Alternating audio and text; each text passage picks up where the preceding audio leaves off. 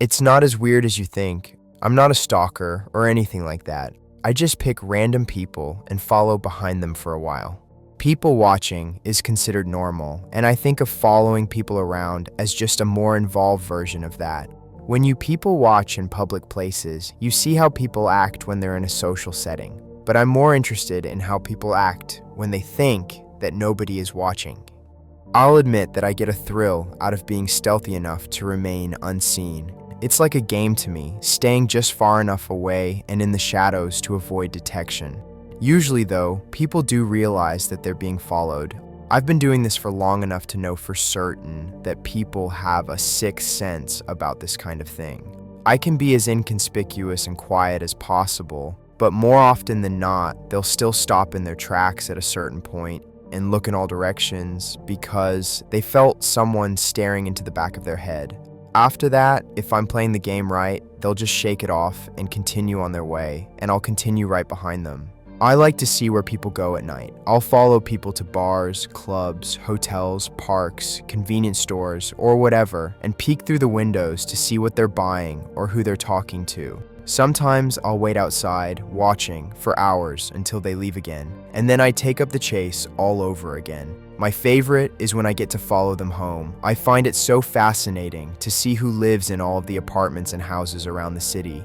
That's where their sixth sense will typically kick in again, or for the first time if they haven't subconsciously detected me before that.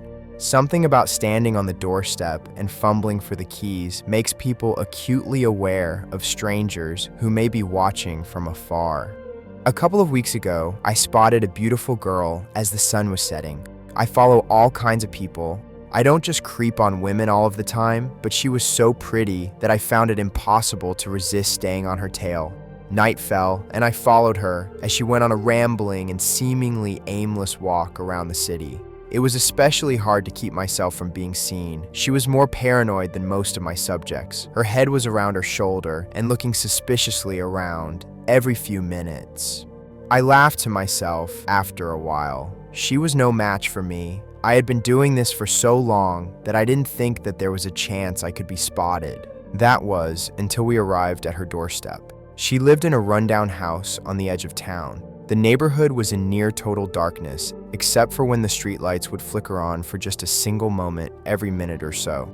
I had bad luck that night. She got paranoid and checked her peripherals right as the lights flickered, and she saw me crouching behind a bush. "Who are you?" she called out into the pitch blackness. I didn't say a word. I thought that if I stayed quiet and motionless, she might think that her mind was just playing tricks on her.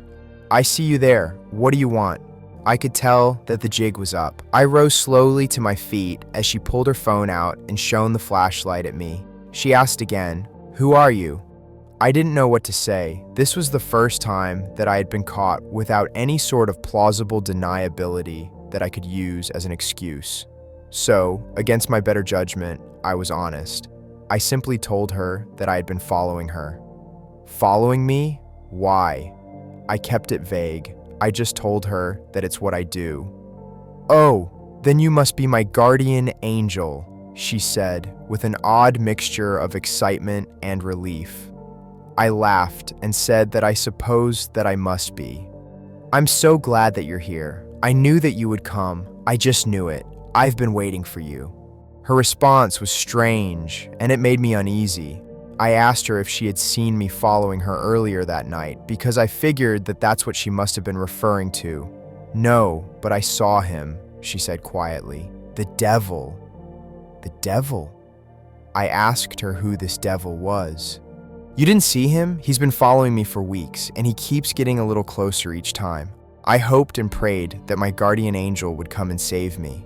If the devil is following me, then the angel who watches over me must be following too." That's when my sixth sense kicked in. The hairs on my neck stood up straight. I didn't hear a sound. I didn't catch anything out of the corner of my eye. But somehow, I knew that there was something behind me. Suddenly, the street was unnaturally quiet, as if the air around us had frozen in place, and I heard the breath get caught in the pretty girl's throat. I turned and looked. What I saw only for a second. The streetlights blinked on for a single moment, and I saw the devil that had followed us both. It was a horribly bloated and decomposing corpse, with eyes and mouth full of maggots, clothed in a hooded robe, standing perfectly still about a yard away. The light went back out, a gust of wind, as cold as death itself, blew across my face, and the stench of 1,000 open graves filled my nostrils. The girl behind me screamed so loudly that I thought that my eardrums would burst. I ran. I couldn't save her. I didn't even try. I wasn't her guardian angel. I was just a coward. But what could I have done against whatever that thing was? I never saw it move, but I know that it got past me and killed her. As I made my escape, her screams seemed to only get louder until they suddenly stopped completely. There was never any report about what happened in the media. I came back to that neighborhood a week later and asked some of her neighbors about what happened to her. They told me that she just up and disappeared one day. No body was ever found. She had just vanished. I tried to get back into my hobby. I started following people around again, but something felt wrong. I kept getting the feeling that I was the one who was actually being stalked. That hooded corpse started appearing in the corner of my eye, but by the time I could turn my head to look, it would be gone. It's better at hiding than I am.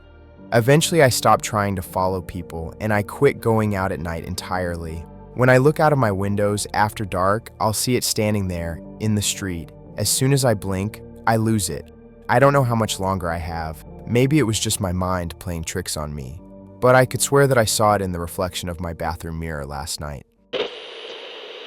I moved to Portland in late September for a job I couldn't refuse. Senior editor at a publishing house I'd been trying to break into for years. It meant leaving behind Chicago, my friends, my sister, everything familiar. But at 31, I told myself it was time to take risks. The apartment was all I could afford on short notice, a converted warehouse in the Pearl District. The landlord barely made eye contact when he handed me the keys, mumbling something about the building being quiet. In 3 weeks, I'd seen maybe 2 other tenants. I was busy, learning names at work, figuring out the city, trying to make Portland feel like home. The isolation didn't bother me at first. Then, the small things started.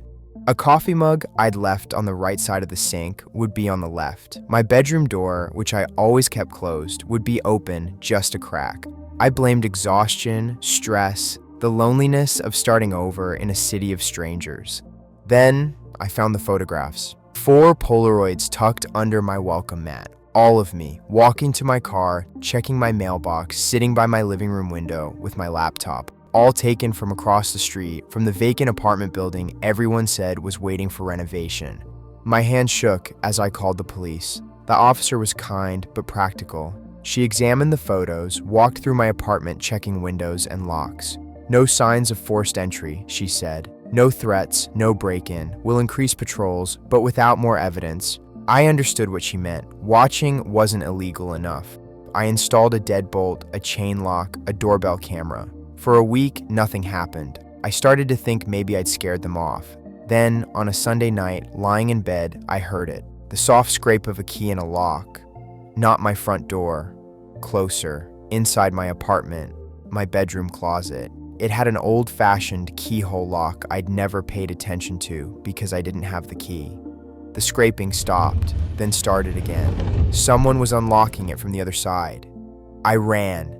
Barefoot in my pajamas, I grabbed my phone and keys and drove straight to the police station. The same officer brought backup this time. They found the false wall in my closet within minutes. Newer drywall, painted to match, but not quite right.